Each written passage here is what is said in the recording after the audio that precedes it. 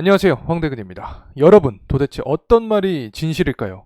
한국이 체코 원전의 우선 협상자로 뽑히면서 최종 계약에 대한 확신의 이야기가 나왔었습니다. 하지만 미국과 프랑스가 이의 신청을 했기 때문에 체코 원전 계약이 결렬될 것이다라는 속보 기사가 나오고 있는 상황인데, 이렇게 의혹이 난무하는 상황에서 제가 직접 파헤쳤습니다. 진실은 한 곳에 있습니다. 이 체코 원전의 현 상황은 어떻게 진행이 되는지, 불가리아부터 유럽 쪽 수준은 어떻게 될 것인지 관계자와 통화한 이후에 알게 된 내용 최초로 공개합니다. 그리고 이번 사건을 파헤치다 보니까 의구심이 한 가지 들고 있습니다. 이 웨스팅하우스와 프랑스 그리고 민주당 한 가지 목적으로 움직이지 않나 생각이 드는데, 이번 영상을 기점으로 제대로 파헤쳐 보겠습니다. 자, 거두절미하고 바로 관계자와 통화한 내용 팩트 체크해 보도록 하겠습니다. 원전 수주 관련해서 다시 한번 검토를 한다는 기사가 나와서 이게 사실이 맞는지 좀. 자, 이런 식으로 직접 담당자와 사실관계에 대한 팩트 체크를 해봤습니다. 해당 내용을 함께 보도록 하면은, 현재까지 팩트는 이 한수원이 우선 협상 대상자로 선정이 되었다. 그리고 이 선정이 되고 나면 프랑스의 EDF를 제쳐두고 내년 상반기까지 독점 협상을 진행할 수 있는 상황이고, 현재 기사화되는 내용들은 그 전에 생길 수 있는 우려들에 대한 기사감이 나타나고 있다. 팩트에 대한 부분은 없다. 아직까지. 자, 이렇게 말씀을 해주셨습니다. 어쨌든 현재까지 나와주고 있는 기자들을 봤을 때 잘못된 부분도 많고 어그로성에 대한 기사 내용도 분명히 존재한다고 생각을 합니다. 이 웨스팅하우스는 결국에 로열티 부분을 노리고 있지 않나 생각을 해서 이 부분에 대한 질문도 해봤는데, 담당자님도 그런 것 같다라는 말씀을 해주셨습니다. 자, 하지만 이러한 이슈에 대한 부분이 체코 원전의 최종 계약에게는 큰 지장이 없을 것으로 판단이 되고 있다는 점 말씀을 드릴 수 있겠고, 이 한수원 측이 수주를 하게 되면 틴코리아 측으로 이제 수주 물량이 배분이 될 것으로 예상이 되고 있다는 점 말씀드리고 싶습니다.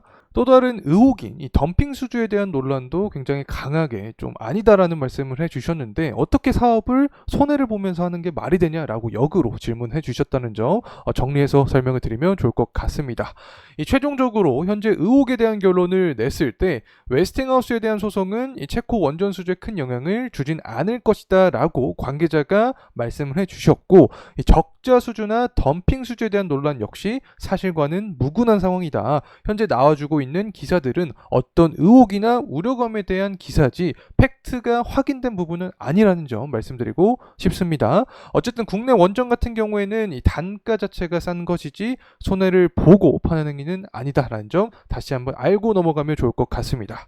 자, 이제 우리의 시선은 다음으로 넘어갔다라고 생각을 합니다. 체코 수주를 3월 달에 최종 계약을 완료를 하게 되면 추가적인 유럽 국가의 수주 가능성이 존재하냐? 제가 이 부분도 직접 물어봤죠. 가격 경쟁력 때문에 이번 승리도 이뤄낼 수 있었고, 가격도 중요하긴 했지만 거의 모든 영역에서 한국이 우위에 있었기 때문에 유럽 국가들이 이 부분을 충분히 인지를 하고 있는 상황이다. 자, 이렇게 해석을 하면 좋을 것 같습니다. 계약은 어쨌든 3월 가야 확정이 되는 건데, 현재 우선 협상 대상자 한 곳이 바로 한국이기 때문에 수주 가능성이 굉장히 큰 상황이고, 유럽 쪽 그리고 폴란드 쪽에서의 수주 가능성은 또 어떻게 생각하냐라고 질문을 해봤는데, 이번 체코 원전 수주 자체가 바라카 원전처럼 파급력이 굉장히 큰 상황이기 때문에 유럽 쪽 국가에서는 차례대로 수주 가능성이 있지 않을까 기대를 하고 있다는 점 참고로 말씀을 드리고 싶습니다. 자, 그렇다면 지금까지 계속해서 의혹을 제기를 했던 이 웨스팅하우스와 프랑스 정부, 더 나아가서 우리나라의 민주당은 어떤 관계가 있는지 지금부터 한번 파헤쳐 보겠습니다. 자, 우선은 웨스팅하우스입니다. 굉장히 다양한 역사를 갖고 있는 기업이죠. 일본의 도시바라는 기업이 웨스팅하우스를 먼저 인수를 했었습니다. 하지만 그 이후에 2011년에 지진이 굉장히 크게 났었죠.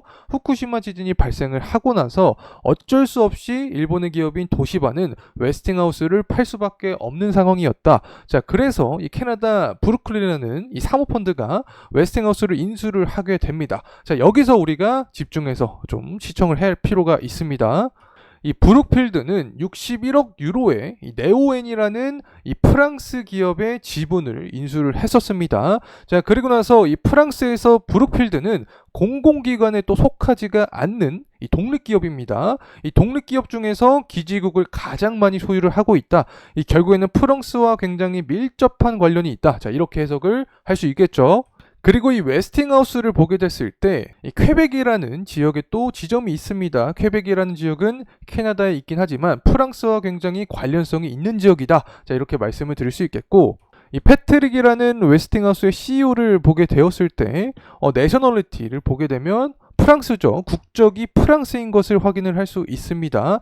결국에 한수원과 프랑스의 전력공사가 수주 경쟁을 계속해서 하고 있었던 상황인데, 웨스팅하우스 측이 한수원 쪽에 불만을 갖고 이 프랑스의 힘을 조금 더 실어주기 위한 어떤 전략이 현재 발생이 되고 있지 않나 생각을 하고 있습니다.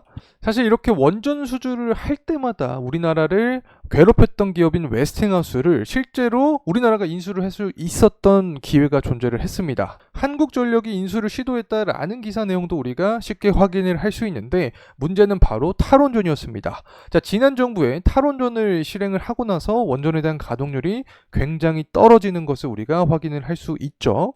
심지어 당시에 이 퇴직자를 보게 됐을 때 탈원전 기간에 퇴직자 규모가 굉장히 늘어났습니다. 그만큼 원전 산업에 부정적인 영향을 미쳤다라고 해석을 할 수 있습니다. 아시는 분은 아시겠지만 당시에 민주당의 제스처를 봤을 때는 이 웨스팅하우스 인수를 굉장히 적극적으로 반대를 했습니다. 다양한 이유를 들면서. 때문에 현재까지 원전 수주에 대한 이야기가 나오게 되면 지속적인 난항을 겪고 있지 않나 생각을 합니다. 그래서 한편으로는 이 탈원전이 없었다면 현재 한국의 원전 위상은 어떻게 달라졌을까? 자, 이런 상상도 하고 있는 상황인데, 여러분은 어떠한 생각을 갖고 있는지 공유해 주시면 감사하겠습니다. 자, 정리를 해보면 웨스팅하우스를 인수했던 이 캐나다 사모펀드인 브룩필드는 프랑스의 기업을 이미 인수를 했던 이력이 존재를 하고 있고, 독립기업으로서 프랑스 내에서 기지국을 가장 많이 소유를 하고 있다. 또 이 웨스팅하우스는 퀘벡 지역과 관련이 있을 뿐만 아니라 CEO인 이 패트릭은 프랑스 태생이고 프랑스 발전선에서 이미 일을 하고 넘어온 상태다. 자, 이렇게 볼 수 있습니다.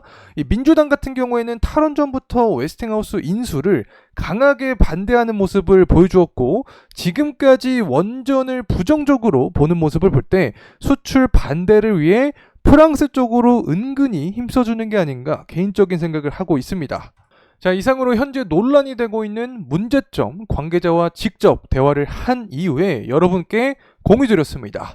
이 체코 원전 수주 최종 계약까지 여러 가지 의혹들 저희 대의업과 함께 파헤쳐 나가시죠.